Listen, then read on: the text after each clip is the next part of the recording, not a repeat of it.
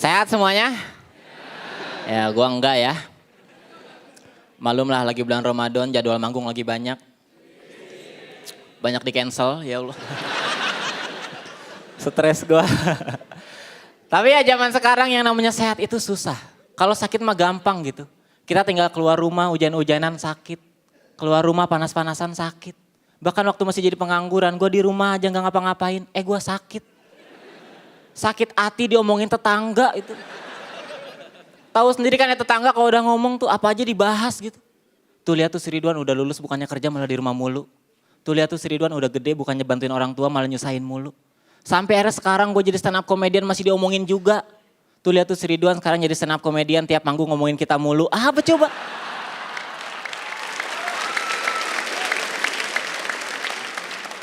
Sakit loh hati gue. Hati gue tuh lembut. Tapi ya jujur buat hidup sehat tuh susah. Apalagi gue ini seorang perokok. Bagi gue rokok itu adalah gaya hidup. Makanya kalau ada yang bilang rokok membunuhmu gue gak takut. Karena rokok buat gaya. Kalau mau bunuh ya bunuh aja. Tau percuma juga gue hidup kalau mati gaya.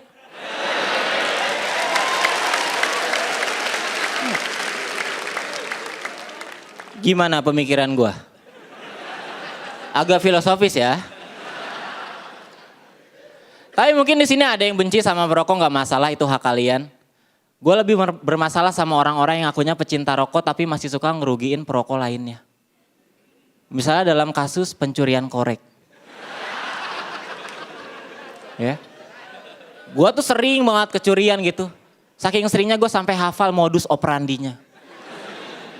Kayak waktu itu gue pernah diajak nongkrong sama teman-teman gue. Pas nongkrong gue ngeluarin rokok sama korek.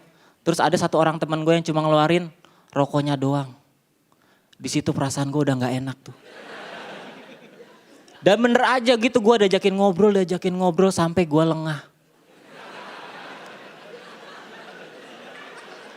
Ih. Pas gue udah mau balik gue baru sadar nih korek gue hilang kemana. Perasaan tadi di atas meja dah. Apa jatuh ke kolong ya? Itu gue cari-cari gak ada. Gue miss call gak aktif. Gue mau nanya temen gue juga gak enak, takut tersinggung ya kan. Masa cuman gara-gara korek doang kami berantem sih. Akhirnya yang bisa gue lakuin apa coba? Ya udahlah ikhlasin aja gitu. Padahal ya yang jadi masalah adalah ketika gue udah ikhlas beberapa hari kemudian gue nongkrong bareng lagi sama temen gue. Terus gue ngeliat ada orang yang koreknya mirip sama kayak gue. Kan gue jadi curiga ya. Korek kayak kenal nih.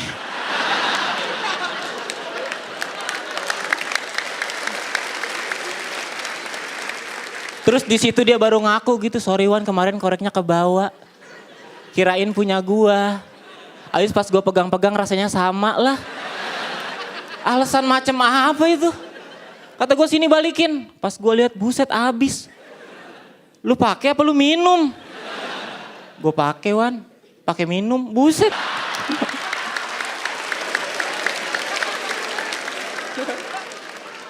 Tapi ya dari kejadian itu gue jadi tahu ternyata rokok dan korek itu sama-sama berbahaya. Rokok itu bisa ngerusak badan, korek bisa ngerusak pertemanan. Makanya nih buat produsen korek gitu, next time kalian bikin korek, bikinlah korek dengan sistem keamanan yang jelas. Ya minimal bikin korek dengan password. Jadi kalau korek kita diambil orang minimal di tangan pencuri korek kita nggak guna karena ada passwordnya.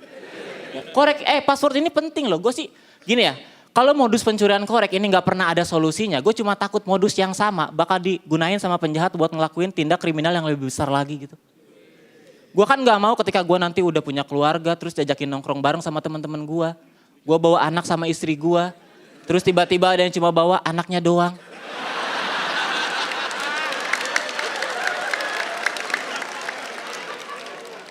Terus gue diajak ngobrol sampai gue lengah.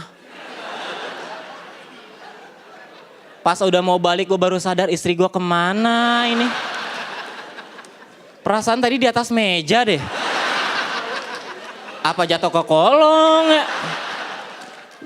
Gue cari-cari gak ada. Gue mau nanya temen gue juga gak enak, takut tersinggung. Masa cuman gara-gara istri kita berantem sih? Akhirnya yang bisa gue lakuin apa? Ya udahlah ikhlasin aja gitu.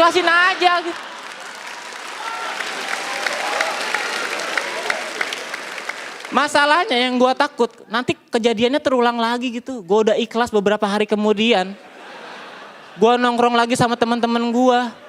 Terus ada yang bawa istri bentuknya mirip kayak punya gue. Kan gue jadi curiga gitu ya. Istri kayak kenal nih.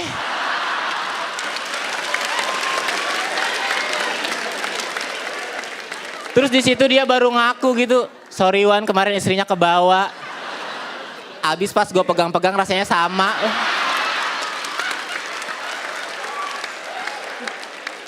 Alasan macem apa? Udah diapain aja istri gue sama lu? Belum diapa-apain Wan, masih utuh. Kok bisa sih? Ya kan gue gak tahu passwordnya. Nah, itu gunanya password ya. Terima kasih gue Ridwan, selamat malam semua. Ridwan Kamu luar biasa, Remin. Aduh. Langsung aja lah kita dengarkan apa kata Bang Panji. Remin, kalau menurut gua ledakan tawanya sih nggak sekuat minggu-minggu sebelumnya. Tapi dari sisi penulisan sangat layak untuk dikagumi itu barusan satu set tuh keren banget. Buset dah. Yang tadi ngomongin soal mati dan gaya, kemudian ke mati gaya. Itu tuh gue sama Pak Ade tuh sampai, wah bagus ya. Kita bisa gak ya nulis kayak dia gitu. Kompetisi itu panjang tapi makin minggu makin baik gitu. Makasih Bang Panji. Remin. Nih kita ngomongin teknis ya. Yang patut dikagumi dari sisi teknis mati gaya gaya itu tadi. Terus udah gitu kita ngomongin soal, tadi gue ngomong sama si Calontong tuh. Soal ketika lu mulai mengulang joke untuk subjek yang berbeda gitu. Satu joke diulang, kita ada nebak-nebakan. Tadi lu nebak berhentinya di mana ya? Di 7 menit. Bukan. Bukan waktunya. Joknya. Jokesnya, Bukan durasi, Ca. Bukan maksud Subjek, panggungnya tekniknya. ketika dia. Nggak usah ngajak ngobrol Calontong deh. Tadi tuh kita udah diskusi nih, ini nutupnya nih di gue pegang-pegang rasanya sama. Ntar Bang Panji, diginiin coba sama Calontong. Bang Panji. Apa sih? Gitu itu artinya apa, Ca? Masa diginiin? Kan dia bisa lihat lewat tayangan, gak usah diomongin. Oh iya. Orang ngajak ngomong sendiri Gue sekarang gak dijawab. respect sama lu terus terang Ji. Sama gue, kenapa gak respect sama gue justru? Lu gak pernah memperhatikan kesehatan diri lu sendiri. Iya nih gue stres nih, gila nih gue kayaknya lama-lama nih. Poin gue gini. Gue menghargai Remin dan keberanian dan sikapnya.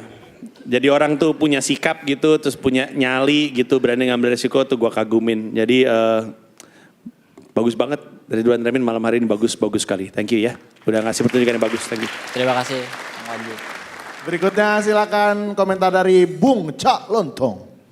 Kalau Bung ya Bung, kalau Cak ya Cak. Jangan, Cak Bung Lontong. nggak harus dibalik. Oh iya. Lontong, Kalau Bung Bung ya Cak. Bung, kalau Cak ya Cak. Oh iya. Jadi nggak usah pakai lontong, Bung Cak gitu aja.